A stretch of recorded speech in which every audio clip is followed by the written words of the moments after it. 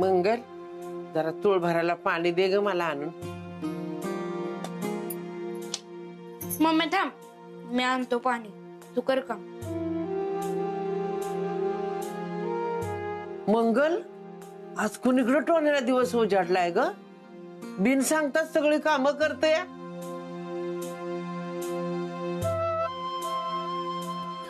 इथे पाणी. Tonya vice मला उठायला मदत कर.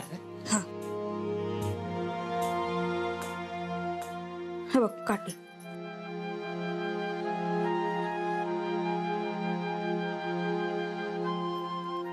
टिंपे, टोन्याला काय झालं ग? मला त्याची लई काळजी वाटायला लागली. का? काय झालंय त्याला? बघ की कसं ही चित्र वागतोय.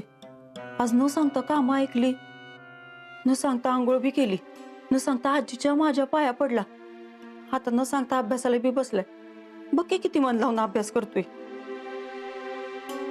अगं मग चांगलंच आहे की, तुला तर हेच पाहिजे होतं ना.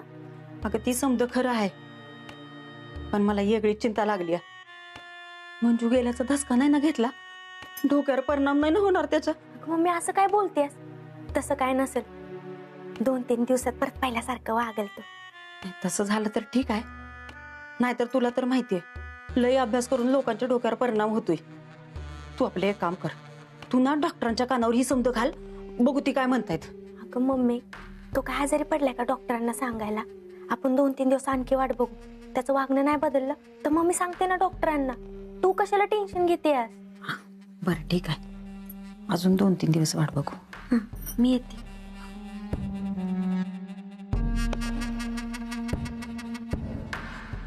आई ग, आ आई आई आई आई ग, आ मेली ग, गेला ग गुड. अरे देवा, सावकाश. आई ग, आई आई आई ग, बसा सावकाश. आई ग, आई आई, अरे देवा, आई आई. डॉक्टर हेला वाईस तपासा की. अहो रातच्यानं गुडघं दुखतात म्हणून वराडते ते. त्याला आहे का नाही असं जालीम औषध आहे का नाही, एका फटक्यात गुडघं दुखणं थांबलं पाहिजे. अरे हो बजाब, थांब मला चेक तर करू दे त्यांना. काय होतं तुम्हाला नक्की? काल चालताना पायला चकला, तेव्हापासून गुडघा लई दुखतोय. रातभर झोप नाही लागली. हे बी झोपली नाही रातभर आणि आम्हाला बी झोपू दिलं नाही. बरं, पाय जरा हलका सरळ करा. आई ग, सावकाश. इथे दुखतंय? इथे आई मेले. आई गो, हलकी सूज आहे, मी क्रीम देतो, ती त्यावर लावा. माझ्याकडे द्या, म्हणजे तालमीत पहिलवाना तेल लावून अंगाला कसं चोळतो तसं चोळतो, म्हणजे बरं होईल तिचा पाय. हो, आणि कायमचे गुडघे घालव त्यांचे, म्हणजे पुढचं आयुष्य बसून काढतील त्या. बजारे क्रीम चोळायची नाहीये, लावायची आहे. ठीक आहे ठीक आहे, लावतो. किती झालं? बजारे मी तुझ्याकडून पैसे घेईन का? तू घरातला माणूसच माझ्या. पण मला माहितीये मी तुझ्याकडून पैसे नाही घेतले तर तुला वाईट वाटेल, म्हणून मी तुझ्याकडून पैसे घेतो. 500 रुपये. 300 रुपये माझी फी आणि 200 रुपये या क्रीमचे. ठीक आहे ठीक आहे. हे घ्या डॉक्टर. आजी, काळजी घ्या स्वतःची. होय. गरम पाण्याने शेकत राहा मध्ये मध्ये. सर्व आजींसारखा हलगर्जीपणा करू नका. सरीला काय झालंय तेव्हा? अहो, मी दिलेल्या गोळ्याच घेत नाहीयेत त्या, त्यामुळे मला काळजी वाटते त्यांची. मंजूच्या जाण्याने खूप मोठा धक्का बसलाय त्यांना. या वयात असे धक्के पचवणं अवघड असतं. त्यात मध्ये मध्ये त्यांना भास होत असतात. दोन्ही गोष्टी एकत्र आल्या तर काहीतरी विपरीत घडायला नको. म्हणजे डोक्यावर परिणाम वगैरे होईल की काय अशी भीती वाटते मला त्यांच्या. म्हणून म्हणतो काळजी घ्या. काय होत नाही तिला, असलं मस्त धक्के पचवल्यात तिनं. खमकी आहे ती. आय तू घे ना काळजी, तू कशाला टेन्शन घेते? बर बाबा, घेते काळजी. आय आय आय ग, अरे देवा. आय आय ग, अरे. आता हे डॉक्टरने दिलेला मला लावला का नाही, तुझं गुडघं दुखणं थांबतेच बघ आता कायमचं.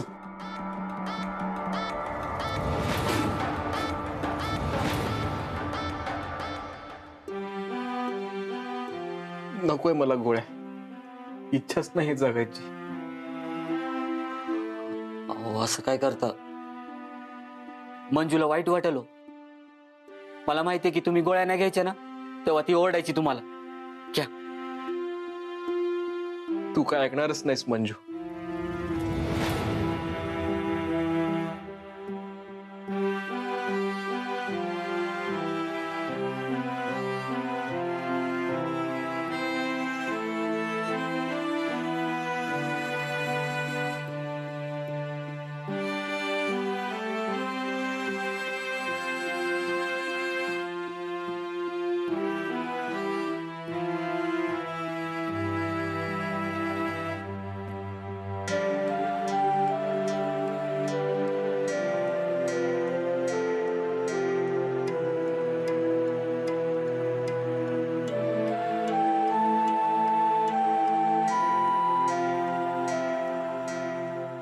मी तुमची अवस्था समजू शकतो.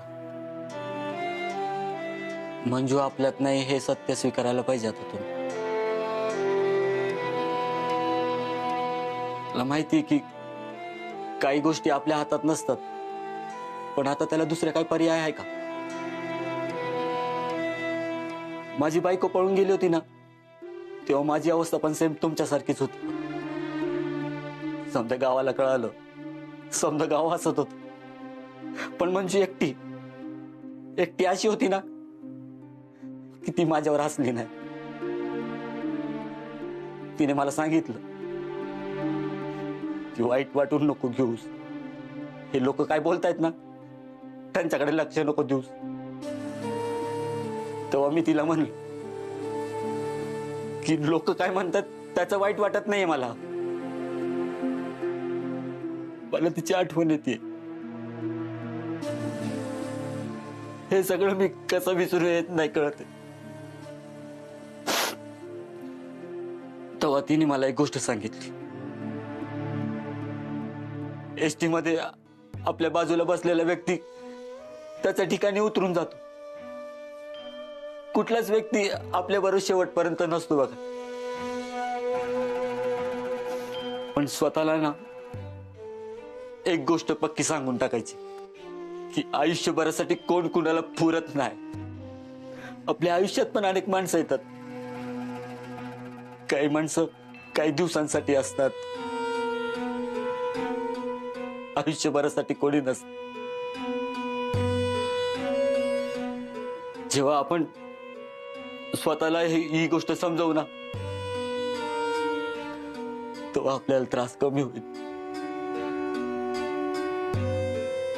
मंजू सगळ्यांनाच धीर द्यायची. मलाही तिनेच जगण्याचं बळ दिलंय, नाहीतर केव्हाच जीवाचं बरं वाईट केलं असतं मी. आपली मंजू आहे ना एकदम वेगळी होती बघा. तिच्या जगण्याची रीतच ना भारी होती एकदम.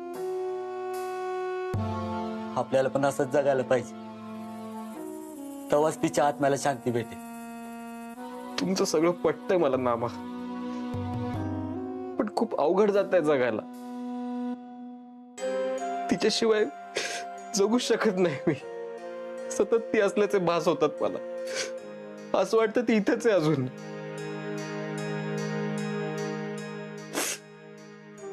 तिला आगीत जळताना पाहिलं तेव्हा खूप किळस वाटली स्वतःची. खूप राग आला स्वतःवर.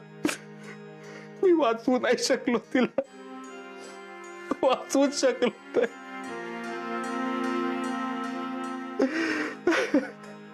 मला माफ कर मंजू, मला माफ कर.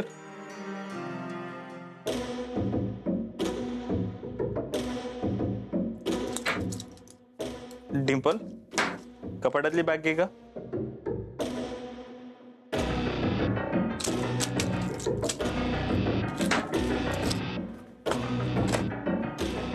ते सलाईन किती राहिले तेवढं चेक कर जरा.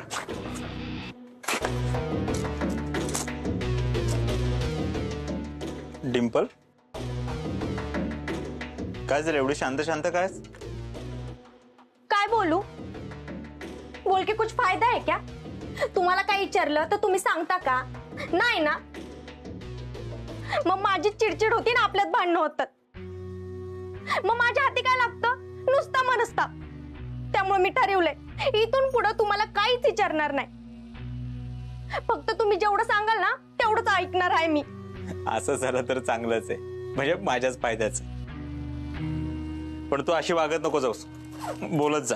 बिना कामाचं बोलायचं बी नाही मला, आणि मला वेळ वाया घालायला नाही आवडत. मला काम आहेत, त्यामुळे डिस्टर्ब करू नका.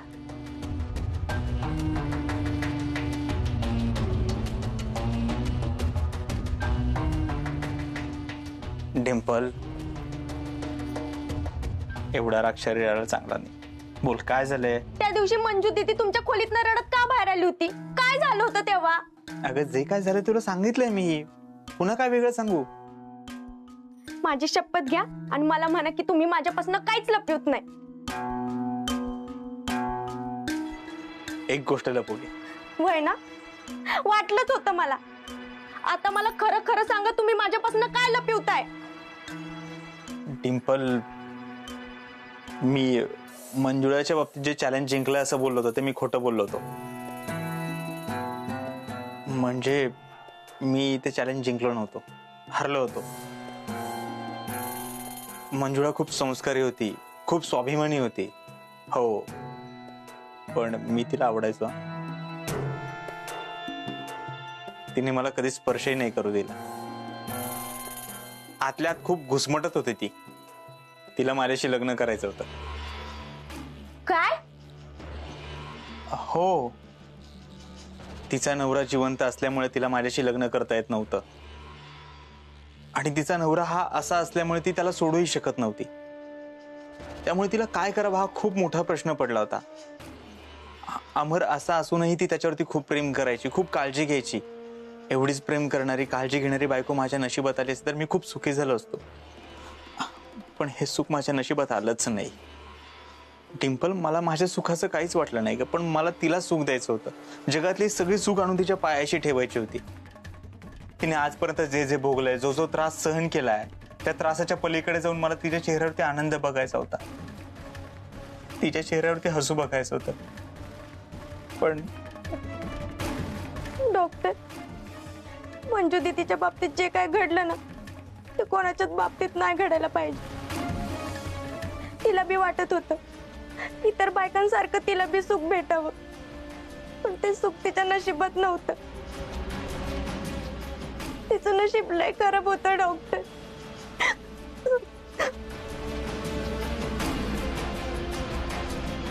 डिंपल, तू रडू नकोस. डिंपल, डिंपल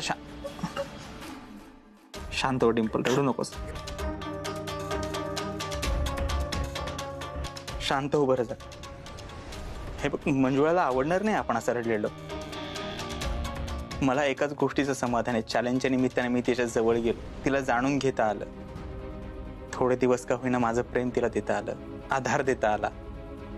खरं तर डिंपल, मी चॅलेंज हारलेलो नाहीये, मी चॅलेंज जिंकलोय, कारण मी तिच्या मनापर्यंत पोहोचलोय.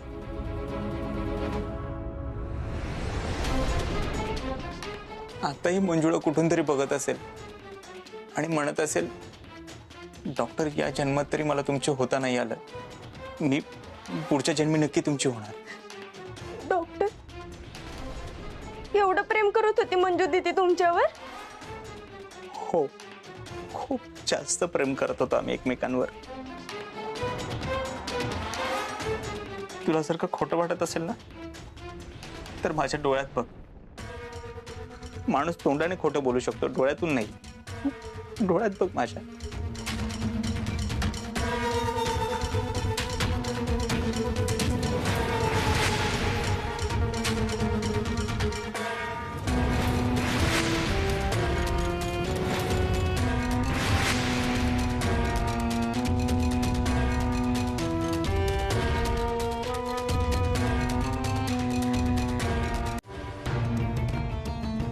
काय ग मंगल, काय झालं?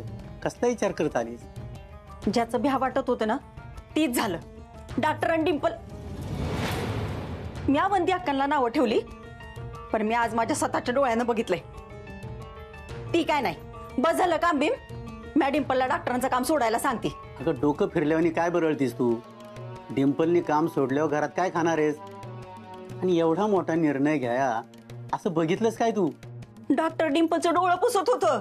हा मग त्यात एवढं काळजी करण्यासारखं काय आहे? मंजू गेल्याचं दुःख सगळ्यांना आहे आणि आपल्या डिंपलनी मन मोकळं केलं असेल त्यांच्याजवळ, म्हणून डोळं पुसलं असेल. आणि तुला तर माहित आहे डॉक्टर किती प्रेमळ माणूस आहे ते.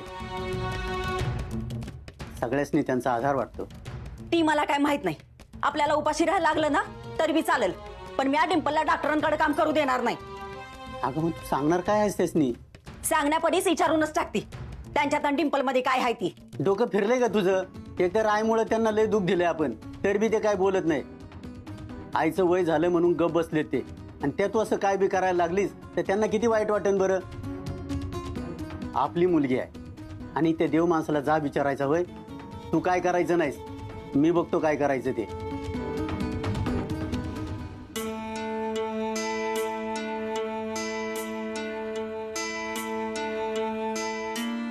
अगदी लहान मुलासारखी होती मंजू. आम्ही जेव्हा महाबळेश्वरला गेलो होतो ना तेव्हा तिला इतका आनंद झाला होता ना. छोटीशी जरी गोष्ट असली ना, साधा गजरा जरी असला तरी ती खुश व्हायची. एवढं दुःख भोगलं तिने, पण कधीच तक्रार नाही केली, कधीच नाही. हसमुख असायची सतत. अमर, विजय भाऊ, अहो या की, बसा की.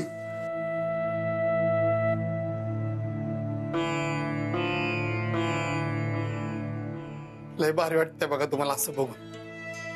बऱ्याच दिवसांत तुम्हाला असं बघितलंय. मी विजय, मंजूचा बालपणीचा मित्र. हो, मंजू एकदा बोलली होती तुमच्याबद्दल, पण तिने सांगितलं होतं की तुम्ही दारूच्या आहारी गेलोय, लोकांना पैसे मागत फिरतोय, हेच ना? मोठ्या धक्क्यातून सावरणं अवघड असतं.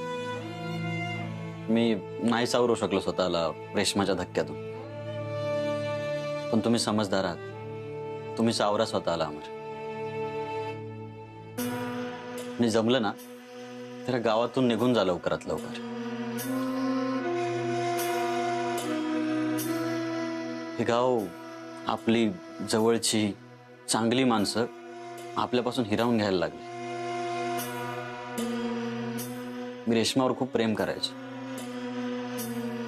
ओरडायचो तिच्यावर, रागवायचो, पण प्रेमही तितकंच करायचो. तीही बिचारी खूप सहनशील होती, सगळं सहन करायची.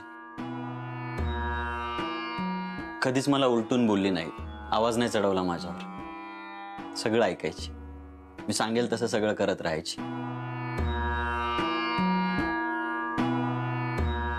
सगळे म्हणतात ती पळून गेली, पण मला विश्वास नाही बसत यावर.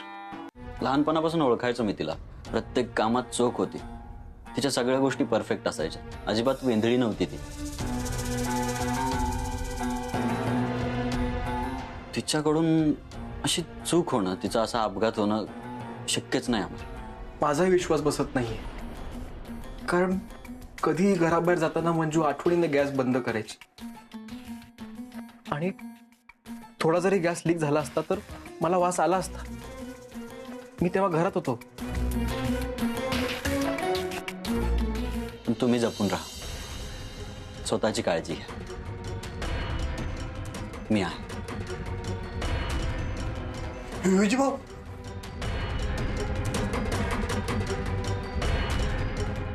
गॅस लीक नव्हतं मग